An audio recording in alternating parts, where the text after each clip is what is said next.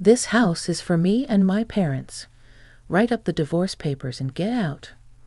My husband Leon, who has been treating me like a maid and always favoring his parents, is again saying whatever he pleases.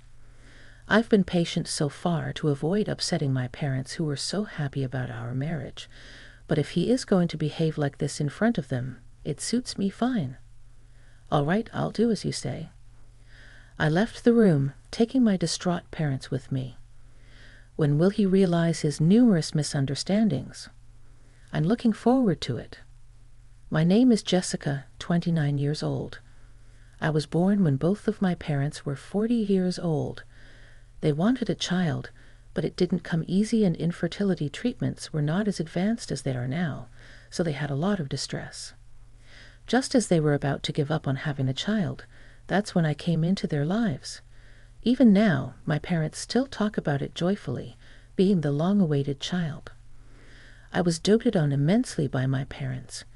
Even when looking at my childhood photos, I can feel the love my parents had for me. Although my parents were not wealthy, they always celebrated events like my birthday, Easter, and my kindergarten graduation in a grand manner. They were also very supportive of my studies. If I said I wanted to learn English, they immediately enrolled me in an English conversation class and bought me a lot of books because I loved reading. They'd also said, "If it's something you need for your studies, just let us know, and we'll get it for you." Looking back, I now realize that they must have struggled quite a bit to cover my education expenses, but they never showed it. They always treated me with smiles and celebrated greatly when I got good grades. As I grew older, sometimes my friends would mistake my parents for my grandparents, but I never minded. I met my now husband Leon at a matchmaking service. Leon, like me, was an only child with elderly parents, and our circumstances were similar. We had the same hobbies, and our conversations were lively. We dated smoothly and decided to get married. My loving parents were in tears at our wedding, blessing our marriage. At first, I was working after our marriage. Fully unproposed, we both have elderly parents. Of course, we don't feel dissatisfied about it, but wouldn't it be nice if they were younger? It's tough to raise a child in old age. We want to have children sooner, so can you quit your job and focus on raising a child? I loved my job, but what Leon said made sense. I remembered my mother telling me that her night shift job and the stress from it, as well as not being able to get the timing right for conception, might have been reasons why they had difficulty having me. I thought it might be a good idea to quit my job and focus on creating a conducive environment for having a baby. Plus, Leon said, "You can return to work when our child is old enough," which reassured me. Fortunately, I had a professional certification that would allow me to return to work any time, so I quit my job and became a full-time homemaker. However, after our marriage, Leon started acting high and mighty. Just because I was a homemaker before we got married, I thought Leon treated me as an equal. But after, he started acting as if he was superior. Being a housewife isn't exactly a walk in the park. Between cooking 3 meals a day, cleaning, laundry, things that used to be casually handled when I was alone became a challenge, especially since Leon is particular about details and won't allow any slack. Dinner should always consist of at least 3 dishes. Also, ensure there are hot pancakes for breakfast. My mom managed to do that even while working. When I wake up in the morning, my suit and shirt should be ready on the hanger. Just grab my bag and go. That's the least you can do as a housewife, he'd say. That's how my parents always did it. Every time I tried to object, he would retort, "You're a housewife, aren't you?" Don't get too high and mighty while eating off my dime. Despite his complaints about me eating off his dime, the money Leon gave for household expenses was barely enough. I spent my days scrutinizing our budget, constantly scouring the internet for money-saving tips. One day, given the situation, I mused out loud, maybe I should go back to work. Leon responded with, "Didn't you so used to work at a law firm? Being a secretary, there won't make much money." Me? I won't allow you to neglect housework for that. So he wouldn't even let me return to work. I wondered if Leon was misunderstanding something. However, by this time, I was too tired of his constant complaints and shouting to argue. And truthfully, I wasn't sure if I could maintain the quality of housekeeping and carefully on if I was also working. Moreover, I didn't want to upset my parents who were so happy about our marriage, so I couldn't confide in them. But it wasn't just Leon's attitude that bothered me. He frequently invited his parents to our house, Mother's Day, Father's Day, his parents' birthdays.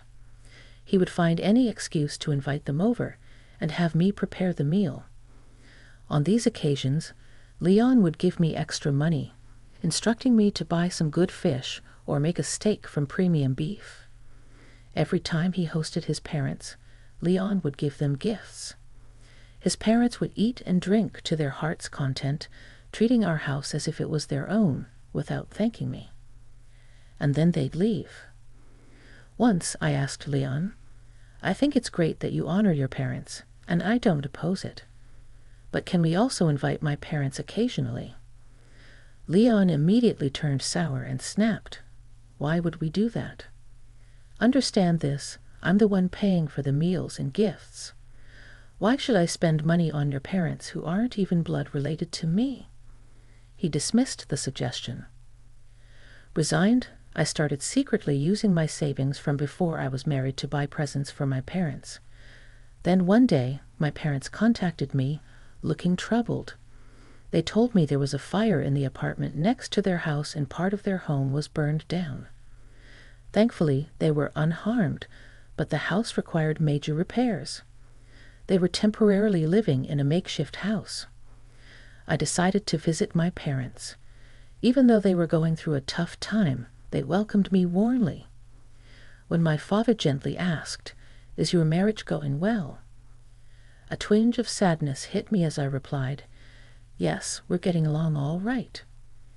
When I inquired about their future plans, he explained that their partially burned down house had been standing since my great-grandfather's era and was incredibly old to begin with. So they were thinking about letting it go. They were considering moving into a Renaissance apartment. Going forward, my mother said, "Even though it's an old house, it's filled with memories of Jessica, so it's sad to let it go." At that moment, I made up my mind. I decided to discuss this with Leon when I got home. Do you remember I mentioned that my parents' house was caught in a fire and burned down? Given their age, I was thinking of buying them a new house, maybe one equipped with accessibility features, I said to Leon. He curtly retorted, "Huh, where's the money coming from? I'm not putting in a dime." Just as I'd expected, I replied, "I'm not planning on building a mansion, so it won't be a burden on you. I intend to use my savings from my single days." Leon pondered for a bit, then casually responded, "Even a law firm clerk can save that much." "Well, if you're not using my money, then it's fine." So I decided to give my parents a house. I felt it was high time I paid back their kindness. Several months later, I said to Leon, "I'm helping my parents move tomorrow." Leon replied, "All right, I got it. But don't neglect your house chores, then retreated to the bedroom." The next day, I went to help my parents move. Unbeknownst to me, a group of individuals had begun tailing me. At that point, we carried my parents' belongings into the house, and we were relaxing in the living room, filled with joy at being together as a family after so long. But then Leon and my in-laws suddenly barged in. While we stared in bewilderment, Leon declared, "From today, this is my house." I was taken aback by Leon's sudden appearance. When I asked why he was there, he hardly replied, "I heard you were moving today, so I followed you." When I responded, "What? My house? What are you talking about?" "I don't understand," Leon stated. "I've been supporting you all this while. Just marrying someone as clueless as you is something you should be grateful for. My parents have always eaten your terrible cooking with patience. Now it's your turn to return the favor." What a repulsive man, I thought as I stared at him in silence. Leon continued, "I've canceled the lease on our apartment. Take your stuff and get out." At that moment, my confused father started to say, "Leon, this house," but I stopped him from speaking. Strangely calm, a plan was taking shape in my mind. Instead of my father, I said, "This house is our home, my parents and mine." "What are you talking about?" When I relayed that, Leon replied, laughing, "Don't you understand English? I'm saying the house you bought was my house all along. This is not my parents' house and mine. Oh, I also left divorce papers at home. You be sure to submit them," ignoring my parents' attempts to speak. I told him, "All right, I will follow your instructions."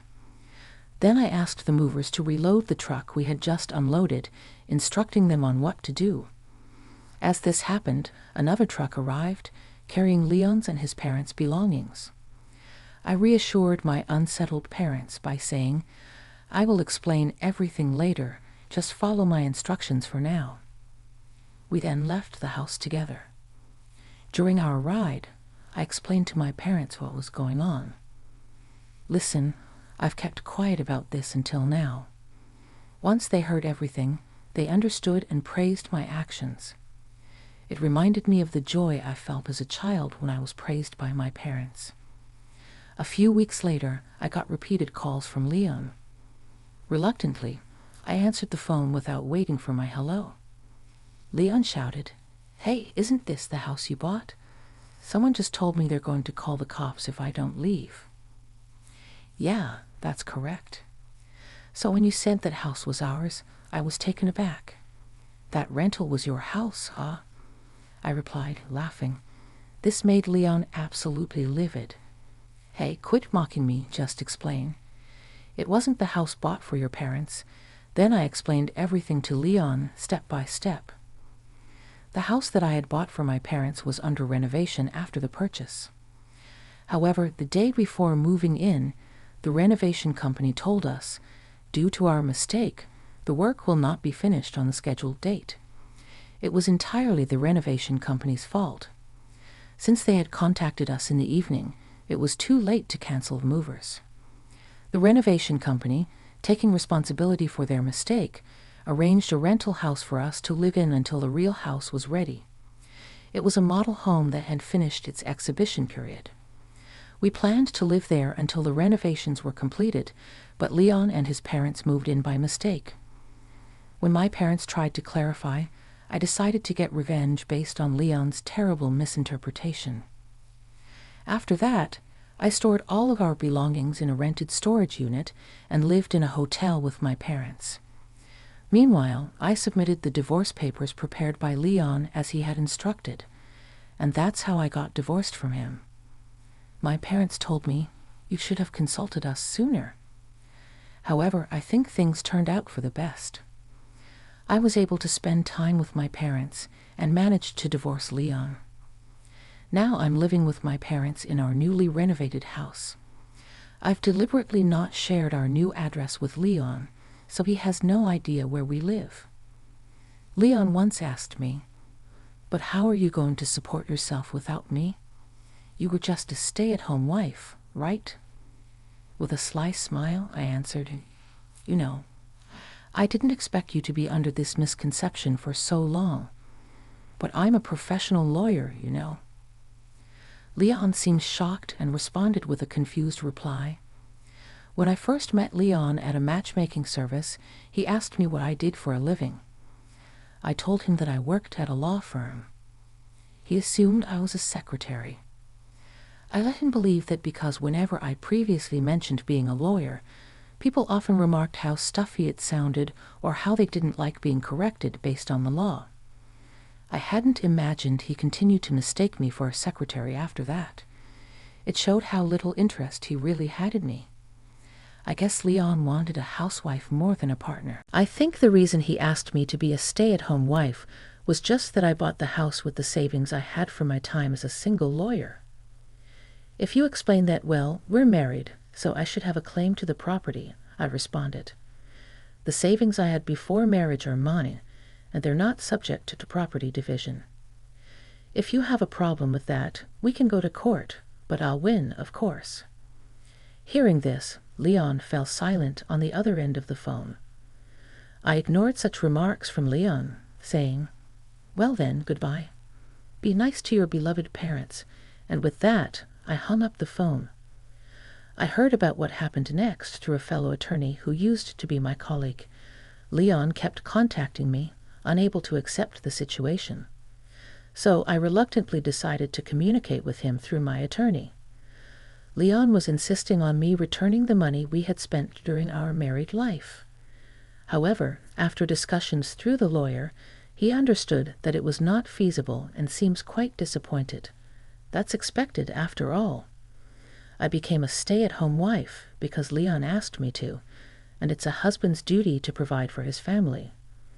I did everything that I should have as a homemaker, and I didn't fall short. Leon had terminated our apartment lease himself, leaving him with no place to stay.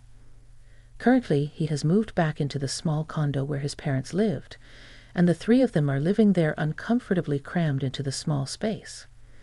Leon had virtually no savings, he had a low salary, and yet he made me stay at home, only gave me the bare minimum for living expenses, and spent the rest of the money on his hobbies and gifts for his parents. Despite this, Leon was starting to desire a larger house. He seemed to have come up with this plan when I mentioned to my parents that I wanted to buy a house. Needless to say, it failed spectacularly. Even if it weren't a temporary home, assuming that we would leave quietly is just stupid. It's pathetic to realize how naive my ex-husband was. Leon is now tired of caring for his parents in the cramped condo, and he has been pressing for reconciliation many times. Now that he knows I'm a lawyer, of course I've been ignoring him. I'm currently enjoying my time in my new house with my parents. At the moment, I'm not particularly keen on getting married again. However, a fellow attorney who I worked with during my divorce from Leon has been showing some interest. I am considering being a bit more positive about it, perhaps to give my beloved parents the joy of seeing their grandkids sooner.